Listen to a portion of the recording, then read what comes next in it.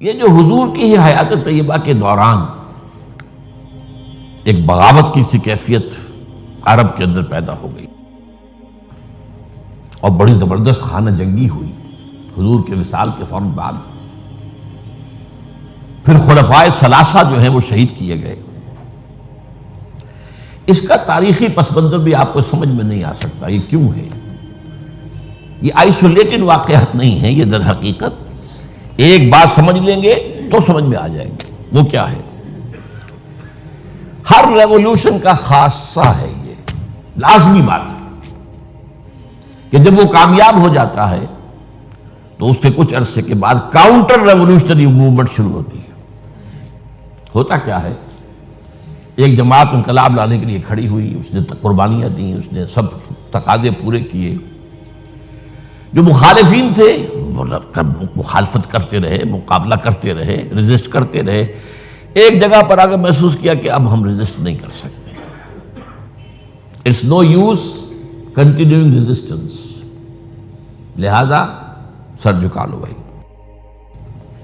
میں کہا کرتا ہوں اس کو پنجابی میں جو کہتے ہیں نیوی پاؤ، اس وقت جو ہے سر جھکا لو، لیکن ذرا وقت ملے گا پھر ہم ذرا موقع محل دیکھ کر وار کریں گے.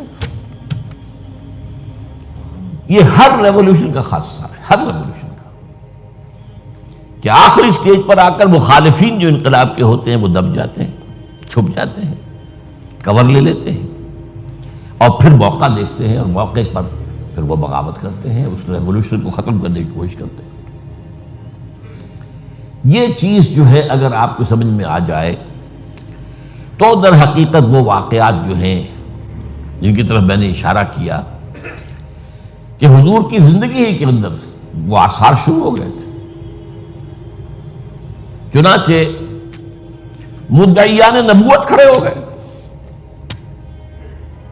آپ کو معلوم ہے طلیحہ اسدی، مسیلمہ کذاب یمامہ کا، اسود عنسی، سجا ایک عورت، اپنے اپنے علاقوں میں ہم بھی نبی ہیں. انہوں نے سوچا یہ محمد کو اتنی بڑی کامیابی نبوت سے حاصل ہو گئی صلی اللہ علیہ وسلم، دعویٰ نبوت ہی تھا نا. آؤ نا ہم بھی سیر کریں کوہ طور کی، چلو دعویٰ کرو. اور ان کے گرد خاصی بڑی بڑی طاقتیں جمع ہو گئی تھی، کافی بڑی بڑی طاقتیں جمع ہو گئی تھی. چنانچہ مسیلمہ کذاب نے تو جو ریزسٹ کیا ہے، کیونکہ بالآخر جو ہے یہ ایک نبی نبوت کا دعویٰ کرنے والا مرد مسیلمہ اور ایک عورت سجا، ان دونوں نے آپس میں شادی بھی کر لی تھی. وہ تو ڈبل نبوت ہو گئی پھر. اور ان کی بہت بڑی طاقت تھی، بہت بڑی طاقت. یہ یمامہ کے علاقے کے لوگ جو ہیں بنو تمیم، یہ بہت تند خو، بہت سرکش، بہت جنگجو، بہت سخت لوگ تھے. ان کو ریزسٹ کرنا آسان نہیں ہوا. ایک مرتبہ تو ایک لشکر جو حضرت ابوبکر نے بھیجا اس کو تو شکست ہوئی. اس کے بعد حضرت خالد بن ولید رضی اللہ تعالیٰ عنہ کو بھیجا ہے. تو بہرحال ان کو تو حضور نے خطاب دیا تھا، خالد سیف من سیوف اللہ، یہ تو اللہ کی تلواروں میں سے ایک تلوار ہے. اللہ نے فتح دی، لیکن لگ بھگ 1200 صحابہ شہید ہوئے ہیں اس جنگ میں، جن میں 500 حفاظ بھی تھے. چنانچہ اسی سے اندیشہ پیدا ہوا تھا کہ یہ تو قرآن مجید ضائع ہو جائے گا. ابھی تک ہمارے پاس کتابی شکل میں تو ہے نہیں، در چھپے ہوئے نسخے چھاپا کھانا کا سوال ہی نہیں تھا. اصل حفاظت اس کی سینوں کے ذریعے سے ہو رہی تھی. اگر حفاظ کا یہ معاملہ ہوا تو قرآن مجید ضائع نہ ہو جائے. اس پر حضرت ابوبکر سے کہا گیا کہ آپ اس قرآن کو جمع کروائیں اور اسے ایک کتابی شکل دیں. پہلے ریلکٹنٹ رہے ہوئے حضرت ابوبکر کہ جو کام حضور نے نہیں کیا میں کیوں کروں، لیکن پھر جب دلائل سامنے آئے کہ واقعتاً تقاضا ہے تو آپ نے مانا. پھر جو بھی کاتبان وحی تھے حضور کے زمانے سب کو جمع کیا اور زید بن ثابت رضی اللہ تعالیٰ عنہ کو ان کا جو ہے چیئرمین بنایا. اس کمیٹی نے پھر جس کے پاس قرآن مجید لکھا ہوا کچھ تھا، کسی کے پاس اونٹ کی جو یہ اسکیپولا ہوتا ہے، یہ شانے کی ہڈی بڑی چوڑی ہوتی ہے تختی کی طرح، کسی نے اس پر کچھ لکھا ہوا ہے، کسی نے کوئی چمڑے کے اوپر کچھ لکھا ہوا ہے، کسی نے کسی کپڑے پہ لکھا ہوا ہے، کسی نے کوئی کاغذ مل گیا تو کیا ہی کہنے ہیں. تو پھر وہ جمع کیا گیا اور پھر سب جو ہے جو حفاظ بھی موجود تھے ان کے ذریعے سے پھر یہ کتابی شکل دی گئی. اس وجہ سے تو یہ جو ایک زبردست قسم کی تحریک اٹھی تھی وہ کیوں اٹھی تھی؟ اب اس کا تجزیہ کیجئے. اصل میں نے جو آیات آپ کے سامنے پڑھی کیوں پڑھی اس حوالے سے. پہلی بات تو نوٹ کیجئے، اذا جاء نصر اللہ والفتح ورأیت الناس يدخلون فی دین اللہ افواجا. جب اللہ کی مدد آ گئی اور فتح ہو گئی اور آپ نے دیکھا کہ لوگ اللہ کے دین میں فوج در فوج داخل ہو رہے ہیں. یہ جو فوج در فوج داخل ہونے کا فینومینن ہے، کیا اس میں یہ بات سمجھ میں آتی ہے کہ سب کے سب خالص مخلص مومن تھے؟ وہ تو یہ ہے کہ فتح کے بعد اب انہوں نے سمجھا کہ جب مسلمانوں نے مکہ فتح کر لیا تو اب کون ان کے مقابلے میں آئے گا؟ قریش شکست کھا گئے. It's no use continuing resistance. Let us go and declare our submission. جہاں ہم کہہ دیں ٹھیک ہے تسلیم کرو. تو یہ دین میں داخل ہونا تھا، یہاں لفظ ایمان نہیں لایا گیا، اس نظام اطاعت میں شامل ہو گئے. اس کو نوٹ کیجئے اس بات. اذا جاء نصر اللہ والفتح ورأیت الناس يدخلون فی دین اللہ افواجا. اللہ کے دین میں داخل ہو گئے، اس نظام اطاعت کے اندر داخل ہو گئے اور انہوں نے کہا سمعنا واطعنا، اب ہم سنیں گے اور مانیں گے. اچھا یہ تو وہ فتح مکہ کے بعد. اس کے ایک سال کے بعد جب سورہ توبہ نازل ہو گئی اور مشرکین عرب کو آخری مہلت دے دی گئی، صرف 4 مہینے کی مہلت ہے، یا ایمان لاؤ یا تمہارا قتل عام ہو جائے گا. اس کا میں پس منظر کئی دفعہ بیان کر چکا ہوں. جو 40 نووی میں حدیث آئی تھی اس کے حوالے سے بھی تفصیل سے بیان کر چکا ہوں. اللہ تعالیٰ اپنے رسول جس قوم کی طرف بھیجتا تھا وہ قوم اگر انکار کرتی تھی تو ہلاک کر دی جاتی تھی. یہ مرحلہ آیا ہے اب قریش کے لیے، یا مانو یا ہلاکت. پہلی قومیں ہلاک کی گئی، غرق کر دیے گئے، یا زلزلہ آ گیا، یا کوئی باد سرسر آ گئی، مختلف طریقوں سے. ایک طریقہ یہ بھی تھا کہ مسلمانوں کے ہاتھوں قتل کر دیے گا. جو میں نے آیت آپ کو سنائی ہے، آیت نمبر 5 ہے سورہ توبہ کی. فَإِذَا انْسَلَخَ الْأَشْهُرُ الْحُرُمُ. اب یہ جو 4 مہینے کی ان کو مہلت دی جا رہی ہے، جب یہ ختم ہو جائے تو اے مسلمانوں فَاقْتُلُوا الْمُشْرِكِينَ حَيْثُ وَجَدْتُمُوهُمْ. اب قتل کرو ان مشرکوں کو جہاں کہیں بھی پاؤ. وَخُذُوهُمْ پکڑو انہیں. وَاحْصُرُوهُمْ ان کا گھیراؤ کرو، محاصرہ کرو. وَاقْعُدُوا لَهُمْ كُلَّ مَرْصَدٍ اور ہر جگہ گھات لگا کر بیٹھو انہیں گرفتار کرنے کے لیے. فَإِن تَابُوا وَأَقَامُوا الصَّلَاةَ وَآتَوُا الزَّكَاةَ فَخَلُّوا سَبِيلَهُمْ. پھر وہ اگر توبہ کر لے، اپنے شرک سے باز آ جائیں اور پھر وہ نماز قائم کریں اور زکوٰۃ ادا کریں تو ان کا راستہ چھوڑ دو. ان اللہ غفور رحیم، اللہ غفور رحیم. اب اس کا تجزیہ کیجئے.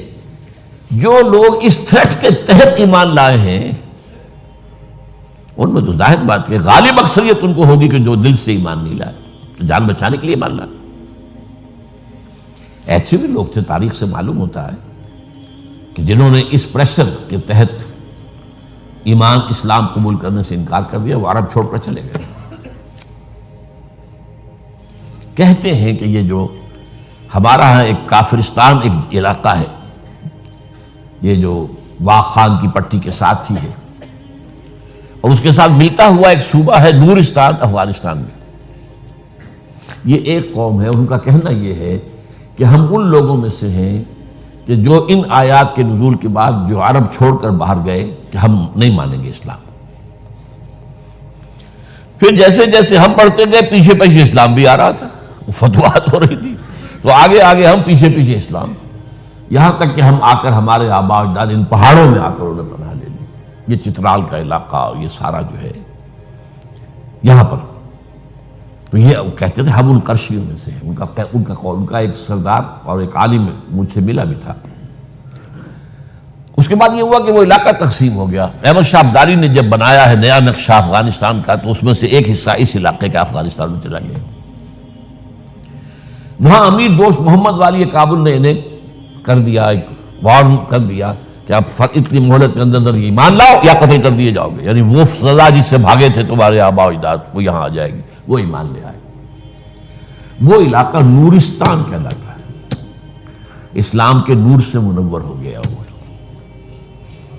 اور اس کے ساتھ کا علاقہ پاکستان میں وہ ابھی تک کافرستان ہے. اس کو انہوں نے بلکہ ہماری حکومت نے بھی مینٹین کیا ہوا ہے. وہاں کسی کو تبلیغ کی اجازت نہیں ہے، کچھ نہیں. وہ چاہتے ہیں کہ یہ سیاحت کے لیے سیاحوں کی آمد وہ دیکھیں آ کر ان لوگوں کو، تو وہ برقرار رکھا ہو پورا علاقہ. بہرحال یہ کیفیت اب تجزیہ یہ کرنا ہے کہ جو لوگ اس وقت ایمان لائے ان میں اگر اکثریت نہیں تو باہر بہت بڑی تعداد ایسے لوگوں کی تھی کہ جنہوں نے صرف جان بچانے کے لیے وہ جو ہے وہ اپنا ایمان لانا جو ہے اور اسلام میں داخل ہونا قبول کیا، ورنہ حقیقت میں وہ اسلام میں داخل. اس کے بعد حضرت ابوبکر کی خلافت کے دوران اس سے بھی بڑا فتنہ کھڑا ہو گیا. ہم زکوٰۃ نہیں دیں گے، زکوٰۃ جو ہے وہ ہم دیں گے، خود تقسیم کر لیں گے، خود تقسیم کر دیں گے. حضرت ابوبکر رضی اللہ تعالیٰ عنہ نے طے کیا ان کے خلاف جہاد، جنگ. کیونکہ یہ سورہ توبہ کی 5ویں آیت کے اندر بھی یہ ہے، 2 شرطیں ہیں. اگر وہ توبہ کریں اور نماز قائم کریں اور زکوٰۃ دیں. اسی کے حوالے سے جب کہا گیا تھا حضرت ابوبکر سے کہ آپ ان کے خلاف قتال نہ کیجئے، یہ مرتد تو نہیں ہوئے، اسلام سے منکر نہیں ہوئے، کوئی نئی نبوت کو دعوت نہیں کیا، اور زکوٰۃ کے بھی منکر نہیں ہے اس معنی میں کہ زکوٰۃ نہیں دیں گے. کہتے ہیں کہ ہم خود جو ہے وہ زکوٰۃ کا بندوبست کریں گے. یہ عظیمت تھی حضرت ابوبکر کی رضی اللہ تعالی عنہ. آپ نے کہا کہ اگر یہ حضور کے زمانے میں اونٹ دیتے تھے زکوٰۃ میں اور ساتھ ہی اس کو باندھنے والی رسی بھی دیتے تھے، اب اگر یہ کہیں گے کہ اونٹ لے جاؤ رسی نہیں دیتے تو بھی میں جنگ کروں گا. ایسے پیارے الفاظ ہیں. ایبدل الدین وانا حی، کیا دین میں تبدیلی کر دی جائے گی، دین میں ترمیم کر دی جائے گی جبکہ ابھی میں زندہ ہوں؟ میرے ہوتے ہوئے یہ نہیں ہو سکتا. حالانکہ حضرت عمر فاروق جیسی شخصیت بھی مشورہ دے رہی تھی. دیکھیے 2 محاذ پہلے کھلے ہوئے ہیں. جیش اسامہ کو حضور نے تیار کیا تھا، آپ نے بھیج دیا، ٹھیک کیا. پھر جو نبوت کے دعوے دار تو کھلے مرتد ہو گئے، ان کے خلاف جہاد تو بالکل ضروری تھا. اب تیسرا یہ محاذ نہ کھولے. ابھی مسلمانوں کے دل ویسے زخمی ہیں، حضور کے انتقال کے بعد مورال جو ہے مسلمانوں کا گرا ہوا ہے. لیکن یہ عظیمت تھی حضرت ابوبکر. اب اس کو یوں سمجھیے ذرا تاریخی اعتبار سے تجزیہ کیجیے. اسلام کی فتح کا مطلب مذہبی اعتبار سے کس کی شکست تھی اور سلطنت کے اعتبار سے کس کی شکست تھی، اسی سے پتہ چلے گا کہ کاؤنٹر ریولیوشنری موومنٹس وہیں سے آئیں گی. اسلام کے غلبے کا مطلب تھا شرک کا خاتمہ. لہذا جو مشرک تھے عرب کے سابق جو اسلام لے آئے تھے، قالت الاعراب آمنا قل لم تؤمنوا ولکن قولوا اسلمنا، پورا تقریباً بدو عرب مرتد ہو گئے. بدو عرب، یہ مکہ مدینہ یہ شہر یہ بچے ہیں، ورنہ اکثر و بیشتر یہ اعراب. اسی لیے اس آیت میں الفاظ کہ قالت الاعراب آمنا قل لم تؤمنوا ولکن قولوا اسلمنا ولما يدخل الايمان في قلوبكم. انہی میں سے یہ مدعیان نبوت اٹھے، انہوں نے ہی زکوٰۃ کا انکار کیا. تو پہلا کاؤنٹر ریولیوشن حضور کے ریولیوشن کے خلاف جزیرہ نما عرب سے اندر سے برآمد ہوا ہے، مدعیان نبوت کی شکل میں اور منکرین زکوٰۃ کی شکل میں. بہرحال حضرت ابوبکر صدیق رضی اللہ تعالی عنہ کی جو اقبال نے اشعار کہے ہیں حضرت ابوبکر کی شان میں، اگرچہ ویسے تعداد دیکھی جائے تو حضرت علی، حضرت حسین کے، حضرت فاطمہ رضی اللہ تعالیٰ عنہ کی شان میں جو اشعار ہیں وہ بہت زیادہ ہیں تعداد میں، لیکن حضرت ابوبکر کی شان میں بھی چند اشعار جو ہیں لیکن وہ بہت ٹاپ کے. امن الناس بر مولائے ماں، کلیم اول سینائے ماں، ہمت او کشت امت راچو ابر، ثانی اسلام و غار و بدر و قبر. یہ 2 اشعار بڑی بڑی یوں سمجھ لیجیے کہ غزلوں پر اور مستیں ابھارے. امن الناس، حضور نے فرمایا تھا مجھ پر جس جس نے کوئی احسان کیا ہے میں نے بدلہ چکا دیا سوائے ابو بکر کے. اس کے احسانات کا بدلہ صرف اللہ دے گا. ہاں امن الناس بالموت، میرے مولا محمد صلی اللہ علیہ وسلم پر سب سے زیادہ احسان کرنے والا کون؟ ابو بکر. اور کلیم اول سینا ماں، جیسے صحرائے سینا پر، کوہ سینا پر حضرت کلیم اللہ سے ہم کلام ہوئے، تو نبوت محمدی کے پہاڑ پر سب سے پہلے ابو بکر آئے. کلیم اول سینا ماں.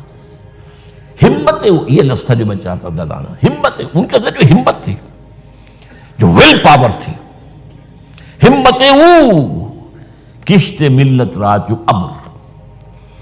وہ تو بالکل ایسے ہے کہ جیسے کسی کھیتی کے اوپر ابر کا پانی برسے تو کھیتی لہلا اٹھتی ہے. یہ کام کیا ہے ہمت ابو بکر نے رضی اللہ تعالی عظیمت. اور پھر جو بات کہی ہے ثانی اسلام و غار و بدر و قبر، پورے دیوان اسے ایک مصرے کے اوپر جو ہے نثار کر دیے جائیں. اسلام میں بھی نمبر 2 حضور کے بعد پہلے کون؟ ابو بکر. غار میں نمبر 2، غار ثور میں حضور کے ساتھ کون؟ ابو بکر. بدر میں نمبر 2، جب وہ بنا دی گئی تھی جھونپڑی اور وہاں حضور سجدے کر رہے تھے دعائیں، کون کھڑا تھا پہرے پر تلوار لے کر؟ ابو بکر. قبر میں نمبر 2، حضور جہاں دفن ہوئے وہیں نمبر 2 پر دفن ہوئے حضرت ابو بکر. بہرحال یہ جو پہلا کاؤنٹر ریولیوشنری موومنٹ تھی جو عرب سے اٹھی ہے، حضرت ابو بکر کی ہمت و عظیمت نے اس کو کچل کر اور گویا کہ کنسولیڈیٹ کر دیا اثر نو ریولیوشن آف محمد صلی اللہ علیہ وسلم کو. وہ انقلاب پھر محکم ہو گیا، مستحکم ہو گیا. اور اب حضرت عمر کے حوالے ہو گئی بات. اچھا، مذاہب میں کس مذہب نے سب سے زیادہ زک اٹھائی اسلام سے؟ پہلے شرک، دوسرا یہودیت. عیسائیت سے تو مقابلہ ہوا ہی نہیں، کوئی جنگ نہیں ہوئی رہی عیسائیوں سے. غزوہ موتا ہوا لیکن وہ بھی آخری دنوں میں. اور میں کئی دفعہ بیان کر چکا ہوں کہ عیسائیوں کا طرز عمل مسلمانوں کے ساتھ بہت بہتر تھا. نجاشی نے پناہ دی تھی، ہرقل جو ہے تیار تھا اسلام لانے کے لیے. ہرقلیس چاہتا کیا تھا؟ جیسے سن 300 عیسوی میں قسطنطین جو ایمپرر تھا روم کا وہ عیسائی ہو گیا اور پوری مملکت عیسائی ہو گئی، تو نظام انٹیکٹ رہا، ایمپرر جو کا تو قائم رہا. اگر صرف ایمپرر قبول کرتا پوری قوم نہ کرتی تو معاملہ فساد ہو جاتا. وہ یہ چاہتا تھا کہ اب میری پوری قوم میرے ساتھ جو اسلام لے آئے. وہ ایک لمبی بات ہے، اس وقت میں تفصیل میں نہیں جا سکتا. بہت پیاری حدیث ہے، بڑی طویل، تو اس کا مکالمہ ہے جو کہ اس نے ابو سفیان سے، اس وقت تک ایمان وہ نہیں لائے تھے. جب حضور کا خط پہنچا ہرقل کے پاس تو اس نے کہا کہیں کوئی عرب کے کوئی لوگ آئے ہوئے ہیں، آس پاس کوئی تاجر آیا کرتے تھے وہاں. معلوم وہاں ایک قبیلہ آیا ہوا تو ان میں وہ ابو سفیان قبیلہ لے کر گئے ہوئے تھے، ان کو بلایا گیا. بہرحال وہ ایک لمبی بات ہے، حدیث ہے موجود بخاری کے. یہودیت کی کمر ٹوٹی. 3 ان کے قبیلے تھے بڑے زوردار، وہ مدینے سے نکالے گئے. ایک قبیلے کے تو تمام جوان مردوں کو قتل کیا گیا. پھر ان کے مضبوط قلعے تھے خیبر کے علاقے کے اندر، فدق اور یہ، ان سب میں سے نکالا گیا. تو جو ایگریوڈ پارٹیز تھیں تو ایک اعتبار سے شرک، مشرکین، ان کی طرف سے تو آ گیا رد عمل، کاؤنٹر ریولوشن، یہ حضرت ابو بکر کے دور ہی میں. لیکن میں یہودیوں کا ذکر اب بعد میں کروں گا. سلطنت کے اعتبار سے جس سلطنت کے چیتھڑے اڑ گئے وہ سلطنت ایران تھی. حضرت عمر کے ہاتھوں تو ختم ہو گیا، نسیہ منسیہ. سلطنت روما، اس کی صرف ایک ٹانگ ٹوٹی تھی 3 میں سے. وہ 3 بر اعظموں پر پھیلی ہوئی سلطنت تھی Roman empire. Eastern Europe, northern Africa, western Asia. Western Asia میں شام اور ترکی کا علاقہ. شام لیا گیا اس سے، باقی تو اس کے پاس رہا. مشرقی یورپ بھی رہا، شمالی افریقہ بھی رہا، وہ رفتہ رفتہ بعد میں جو ہے گیا، لیکن یہ کہ اصل میں جو ہے پہلے مرحلے میں اس کی ایک ٹانگ ٹوٹی، لیکن ایران کا خاتمہ ہو گیا۔ اور ایرانی بے انتہا نسل پرست، ان میں اپنی ریشیل سپیریورٹی کا بہت احساس ہے، نسلی برتری کا، اپنی تاریخ پر بہت ناز ہے، شہنشاہیت کی تاریخ جو کہ خسرو سے شروع ہوتی ہے، سائرس سے، پھر ڈیریس جیسا عظیم فاتح، بڑی عظیم تاریخ ہے ایران کی، اس کو یوں سمجھیں، یہ معمولی شے نہیں ہے ایران، بہت عظیم تاریخ، اور کئی سو برس تک تو سارا معاملہ جو ہے جسے آپ وہ سی100 کہتے ہیں، تو یہ دو سپر پاورز نہیں ہیں، ایران اور روم، ایران اور روم، ایران اور روم، کبھی ایران غالب آ گیا روم بیٹھ گیا، کبھی روم غالب آ گیا ایران بیٹھ گیا۔ قرآن مجید میں ایک پوری سورت جو ہے سورہ روم کے نام سے ہے کہ نہیں؟ الف لام میم غلبت الروم فی ادنی الارض وهم من بعد غلبہم سیغلبون فی بضع سنین۔ بہرحال ایران کا جو پرخچے اڑے ہیں، بادشاہت ختم ہوئی ہے، اس کا وار آیا ہے حضرت عمر پر۔ یہ چونکہ ہوا حضرت عمر کے ہاتھوں، لہذا ایرانیوں کے نزدیک مبغوض ترین شخص حضرت عمر ہے، اور حضرت عمر سے نفرت ان کی جبلت کے اندر ہے، ان کے جینز میں ہے۔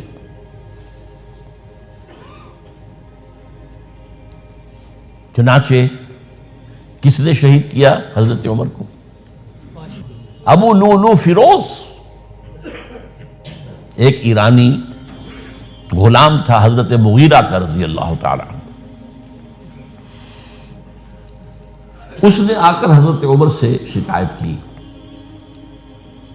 کہ حضرت مغیرہ جو ہیں ان سے مکاتبت میں کر رہا ہوں، وہ مجھ سے بہت زیادہ پیسے مانگ رہے ہیں۔ مکاتبت یہ تھی کہ غلام طے کر لیتا تھا کہ میں کمائی کر کے تمہیں اتنے پیسے دے دوں گا تو مجھے تم آزاد کر دینا، مکاتبت کہلاتا تھا کہ وہ اتنے پیسے مانگتے ہیں، بہت زیادہ زیادتی کر رہے ہیں۔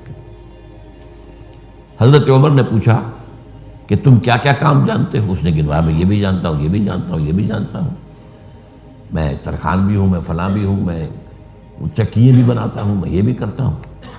تو فرمایا کہ پھر تم پر یہ زیادہ نہیں ہے، جو مغیرہ تمہارے اوپر جس قدر رقم ڈال رہے ہیں زیادہ نہیں ہے، اور دیکھنا مجھے ایک چکی بنانی جانتے ہو تو ایک چکی مجھے بھی بنا کے دینا۔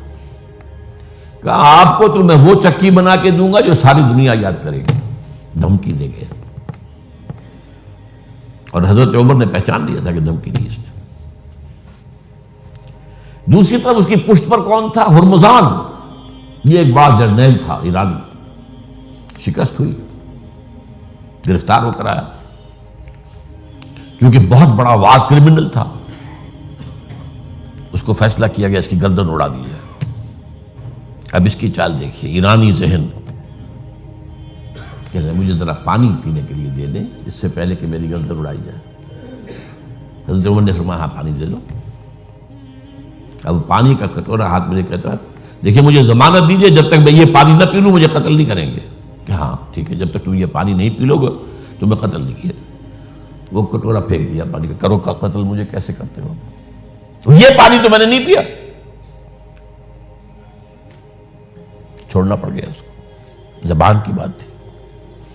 وہ تھا اس کی پشت پر ابو لولو فیروز، اور ابو لولو فیروز کے اب بھی اس کے جیسے ائمہ اہل بیت کے اہل تشیع جو ہیں وہ ان کے مقبروں کی صریخ بناتے ہیں، اس کے اوپر جالیاں، اس طرح اس کا ہے، اور حضرت ابو لولو فیروز کا حلقہ ہے، وہ قاتل عمر ہے رضی اللہ عنہ۔ تو سمجھ رہے اس بات کو؟ جو بھی اگریوڈ تھے وہیں سے کاؤنٹر اٹیک آنا تھا نا۔ اب آئیے یہود کی طرف۔ ظاہر بات ہے کہ جزیرہ نما عرب سے یہودیت کا خاتمہ ہو گیا۔ اس کے بعد مجھے اکثر اس معاملے میں یاد آ جایا کرتی ہے ایک پکچر کبھی کسی زمانے میں دیکھی تھی، ہیلن آف ٹرائے۔ وہ ٹرائے کا گھوڑا تو بہت سے لوگوں نے سنا ہوگا، کہانی ایسی ہے کہ ان کے تو اسپارٹا اور ٹرائے کے آپس میں جنگ تھی، اس میں وہ گھوڑا ایک بنا کر اس کے اندر چھپا کر فوجیوں کو وہ شہر کے اندر لے گئے تھے۔ اس جنگ میں ایک موقع پر جو ان کا سب سے بڑا یونانیوں کا جو سب سے بڑا سردار تھا، وہ جو ان کا سب سے بہادر شمار ہوتا تھا، وہ قتل ہو گیا۔ تو ایک یونانی جو ہے دوسرا سردار کھڑا ہو کر کہتا ہے، so this is the end of Greek bravery but not of Greek treachery. یہ یونانیوں کی بہادری کا تو خاتمہ ہو گیا اس شخص کی موت کے ساتھ، یونانیوں کی عیاری تو ختم نہیں ہوئی نا۔ تب اس نے پھر یہ پہلے تو پسپائی کروا دی، سب کے سب چلے گئے۔ اب یہ ٹرائے والے دیکھ رہے جا رہی ہیں فوجیں چلی گئیں، جہازوں میں بیٹھ کے بھی روانہ ہو گئے۔ پھر کچھ عرصے کے بعد واپس آئے، خفیہ طور پر گھوڑا بنا کر لائے بہت بڑا، اس کے پیٹ میں اپنے فوجی بھرے۔ اب وہ جو ہے لوگوں نے دیکھا بعد میں ٹرائے کا گھوڑا ہے، اس کو وہ لوگ اندر لے گئے، وہ خوشیاں منا رہے ہیں فتح کی۔ رات کو جب وہ شراب کے نشے میں دھت ہو چکے ہوئے تھے، وہ اس میں سے نکلے، پیٹ میں سے انہوں نے قتل کیا ہے۔ تو وہ ٹریچری ہے۔ تو یہودیوں کی بریوری تو ختم ہو گئی جبکہ خیبر فتح ہو گیا اور وہاں کے بڑے بڑے قلعے حضرت علی رضی اللہ تعالیٰ عنہ کے دستے مبارک سے، اور ان کا بہت بڑا مرحب، بہت بڑا سردار، بہت بڑا طاقتور، وہ قتل ہوا حضرت علی کے ہاتھ رضی اللہ تعالیٰ، بٹ ناٹ دی جویش ٹریچری۔ وہ ٹریچری اب شروع ہوتی ہے حضرت عثمان کے زمانے میں۔ عبداللہ ابن سبا ایک یہودی ہے یمن کا، وہ اسلام کا لبادہ اوڑھ کر اسلام میں آ گیا مدینے میں۔ یہاں اس نے اس معاشرے کا خوب تجزیہ کیا، یہاں کیا کیا چیزیں ہیں، کون کون سی فورسز ایٹ پلے ہیں، میں کس دکھتی رگ کو چھیڑ سکتا ہوں۔ میں نے محسوس کیا کہ بنو ہاشم اور بنو امیہ کی بڑی پرانی جو ہے چپقلش اور مسابقت، ایک طرح کا مقابلہ قریش کے ان دو بڑے گھرانوں کے اندر، یہ ان کی ہڈیوں کے اندر ہے، اس کو اٹھایا۔ اب عجیب بات اصل میں یہ ہے کہ خلیفہ اول نہ بنو امیہ میں سے تھے نہ بنو ہاشم میں سے، بنو ہاشم اور بنو امیہ کا معاملہ تھا۔ قریش تو سب ہے، جیسے وٹو بہت بڑا قبیلہ ہے، وہ مانے کے، لالے کے، شامد کے، یہ پھر ایک ایک شخص کے نام سے ہوتے، لالے کے کوئی لالا ان میں سے ہوگا، اس کے لالے والے ہو گئے، شامد کوئی شاہ محمد ہوگا، اس کے اولاد جو ہے وہ شامد کے ہو گئے، تو یہ مانے کے لالے کے، یہ سب کیا وٹو ہیں۔ تو قریش جو ہے ایک بڑا قبیلہ تھا، اس میں گھرانے یہ تھے، بنو امیہ، بنو ہاشم۔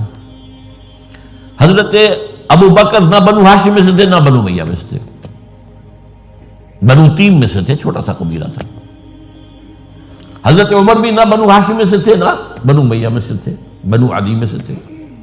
اب یہ حضرت عثمان تھے کہ جو بنو امیہ میں سے تھے، یہاں سے اس نے اٹھائی بات اور ایسی ایسی باتیں شروع کی جو عوام جو ہیں، جو پورا رسوخ فی العلم حاصل نہیں ہوتا، وہ اس کے اندر بہہ جاتے ہیں۔ دیکھو یہ کیسے ہو سکتا ہے کہ ہمارے نبی جو ہیں وہ تو زمین میں دفن ہیں اور عیسیٰ جو ہے آسمان پر بیٹھے ہیں،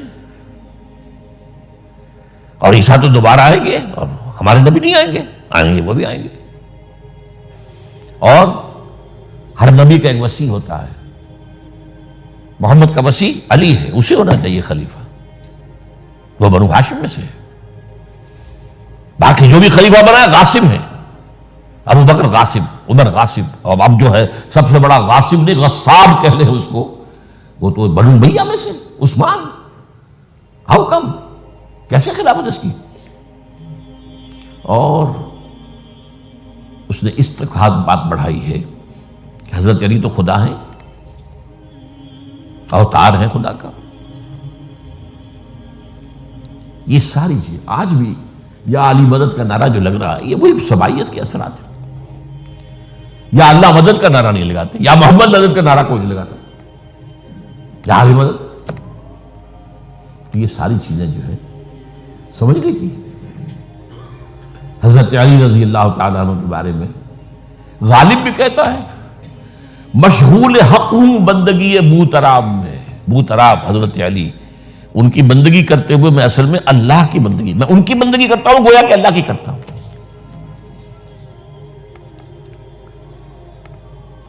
ہر چند علی کی ذات نہیں ہے خدا کی ذات، لیکن نہیں ہے ذات خدا سے جدا علی۔ یہ ساری باتیں اس نے پھیلائی اور فتنہ برپا کر، اور اس کی ایک خاص ٹیکنیک اس نے ایجاد کی۔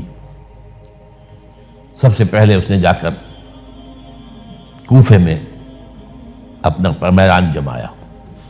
حضرت عثمان کے بارے میں تو اپنا بہت ہی، وہ تو اپنے رشتہ داروں کو پالتا ہے، ان کو عہدے سارے اپنے رشتہ داروں کو دے دیے ہیں، اور انہیں دولت انہیں دیتا ہے، یہ کرتا ہے، معاذ اللہ معاذ اللہ۔ وہاں پہ ذرا کسی نے جو وہاں کے گورنر تھے ذرا بات پرس کی تو وہاں اپنے ہم خیال چھوڑ کر شام چلا گیا، وہاں جا کے وہی بات، وہاں ایک گروپ بنا لیا، پھر مصر چلا گیا، وہاں جا کر وہی بات۔ اب ظاہر بات ہے اس زمانے میں نہ کوئی ٹیلی کمیونیکیشن، نہ کوئی ٹیلی فون، نہ کوئی تار، کوئی اطلاعات کا وہاں پہنچنا وغیرہ۔ اس میں یہ ہے کہ وہ فتنہ تو جنگل کی آگ کی طرح بڑھ گیا، اس کا معالجہ کرنے والا جو ہے، اس میں حضرت معاویہ نے کہا بھی رضی اللہ تعالیٰ عنہ، آپ ہمیں اجازت دیں ہم آ کر کچل دیں ان کو۔ گورنر تھے شام کے، انہوں نے کہا میں فوجیں لے کر آتا ہوں ان کو کچل دیتا ہوں۔ حضرت عثمان فرماتے نہیں، جب تک یہ کوئی ایسا جرم کر نہ دیں کہ جس پر وہ گویا کہ زد میں آ جائیں، قانون کی زد میں۔ اگر یہ مجھے قتل کرنا چاہتے ہیں قتل کر دیں، پھر اس سے قصاص لے لینا، لیکن جب تک یہ قتل کرتے نہیں تو میں کس جرم میں انہیں ماروں؟ عمرو بن العاص کی طرف سے آتا رہا، لیکن نہیں۔ بہرحال یہ فتنہ اتنا بڑھا اتنا بڑھا اتنا بڑھا، مدینے میں حضرت علی کہتے رہے آپ ہمیں اجازت دیں، ہم ان کو ختم کریں۔ نہیں، یہ ایک علیحدہ بات ہے، میری کتاب جو ہے شہید مظلوم کا مطالعہ کیجئے، آپ اس کی تفصیل میں جانے کا یہ موقع نہیں ہے۔ یہ کتنی بڑی عظیمت ہے، لوگ سمجھتے ہیں کہ یہ تو بڑی کمزوری دکھائی حضرت عثمان، میں کہتا ہوں اس سے بڑی عظیمت کوئی نہیں ہو سکتی۔ انہوں نے کہا میں کسی کلمہ گو کی جان لینے کو تیار نہیں ہوں جب تک کہ اس کے اوپر کوئی جرم ثابت نہ ہو جائے۔ کلمہ گو ہے، آپ اندازہ کیجئے، اس پر اڑے رہنا، ڈٹ جانا۔ یہ تو وہی بات ہے جو حابیل نے کہی تھی اپنے بھائی سے قابیل سے کہ بھائی جان اگر آپ مجھے قتل کرنے کے لیے ہاتھ بڑھائیں گے تو میں تو اپنا ہاتھ نہیں اٹھاؤں گا آپ کو قتل کرنے کے لیے۔ میں تو چاہتا ہوں کہ آپ اپنے گناہوں کے ساتھ میرے گناہ بھی لے جائیں، مجھے قتل کر دیں گے تو میرے گناہ جو حساب ہے آپ کے خاتم ہو جائیں گے۔ حضرت عثمان 1000 مربع میل کا رقبہ ہے جس کے اوپر کہ ان کی حکومت چل رہی ہے، اور فوجیں ہیں مصر سے اور دمشق سے بار بار اجازت مانگ رہی ہیں۔ یہاں حضرت طلحہ، حضرت زبیر، حضرت علی اجازت مانگ رہے ہیں، نہیں، جب تک یہ کوئی جرم کر نہ لیں اس وقت تک نہیں۔ جب یہ جرم کر لیں گے پھر تم لینا اس سے قصاص سزا دے دینا۔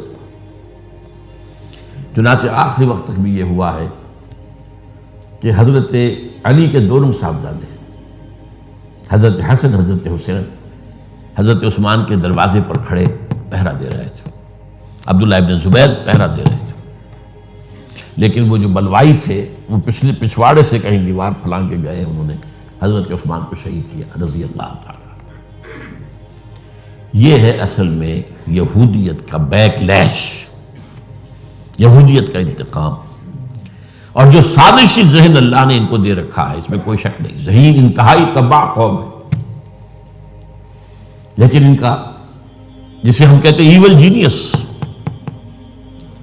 تو ان کی ذہانت کا جو ہے میدان سازش، اور اس میں اتنے ماہر ہیں کہ وہ زخم لگایا ہے اسلام کو، جسد ملی کو، ابھی تک اس سے خون نکل رہا ہے۔ یہ سنیت اور شیعت کی تقسیم کہاں سے شروع ہوئی؟ وہی سبائیت، وہیں سے تو ہے دعا۔ حالانکہ جب حضرت علی کی بیعت ہو گئی ہے تو حضرت علی نے پھر عبداللہ ابن سوا کے کہا توبہ کرو، تم کہتے ہو کہ میں خدا ہوں، توبہ کرو ورنہ میں تمہیں زندہ جلا دوں گا۔ نہیں، تم ہماری جتنی چاہے آگ مالو، ہم کہتے تم اللہ ہو۔ اسے 40 آدمیوں سمیت حضرت علی نے زندہ جلوایا، اور یہ بات اہل تشیع کی کتابوں میں لکھی ہوئی ہے۔ بدقسمتی سے آج کل اگر کوئی بات کی جاتی ہے عبداللہ ابن سبا کے خلاف تو وہ سمجھتے ہیں کہ یہ شیعت کے خلاف بات ہو رہی ہے. حضرت علی نے تو خود ان کی اپنی کتابوں کے مطابق عبداللہ ابن سبا اور اس کے 40 ساتھیوں کو زندہ جلایا. تو خدا ہے تو ہمیں آزما رہا ہے. وَلَنَبْلُوَنَّكُمْ بِشَيْءٍ مِّنَ الْخَوْفِ وَالْجُوعِ وَنَقْصٍ مِّنَ الْأَمْوَالِ وَالْأَنفُسِ وَالثَّمَرَاتِ. بس اسی طرح ہماری آزمائش کر رہا ہے. بہرحال یہ ہے پس منظر حضرت عثمان کی شہادت کا رضی اللہ تعالیٰ. اقول قولی ھذا واستغفر اللہ لی ولکم ولسائر المسلمین والمسلمات. حضرت عثمان کی شہادت کا رضی اللہ تعالیٰ. اقول قولی ھذا واستغفر اللہ لی ولکم ولسائر المسلمین والمسلمات. پہلا رب نو یار دا شوق ہویا،